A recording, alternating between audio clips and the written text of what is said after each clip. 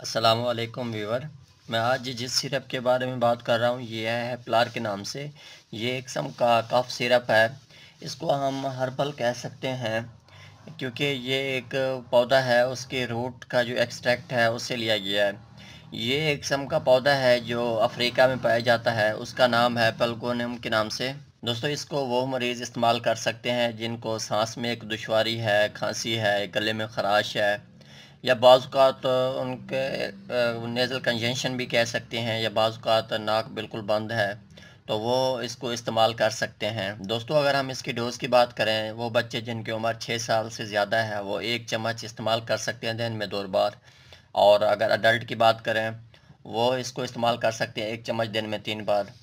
दोस्तों, कुछ laboratory test से ये साबित हुआ है कि इस सिरप के अंदर कुछ एंटीबायोटिक प्रॉपर्टीज़ भी है, एंटीवायरल के हवाले से भी फंक्शन है। इससे ये साबित होता है कि ये हमारी इम्यूनिटी को स्ट्रॉन्ग करती है। दोस्तों, वो बच्चे जिनकी उम्र 6 साल से कम है, बेहतर है उनको इस्तेमाल ना किया जाए क्योंकि इसके एडवर्स इफ़ेक्ट या ड्रग इंटरेक्शन किसी किस्म के कोई अभी तक रिपोर्ट नहीं हुए, तो बेहतर है उनको ये सिरप इस्तेमाल ना करवाई जाए।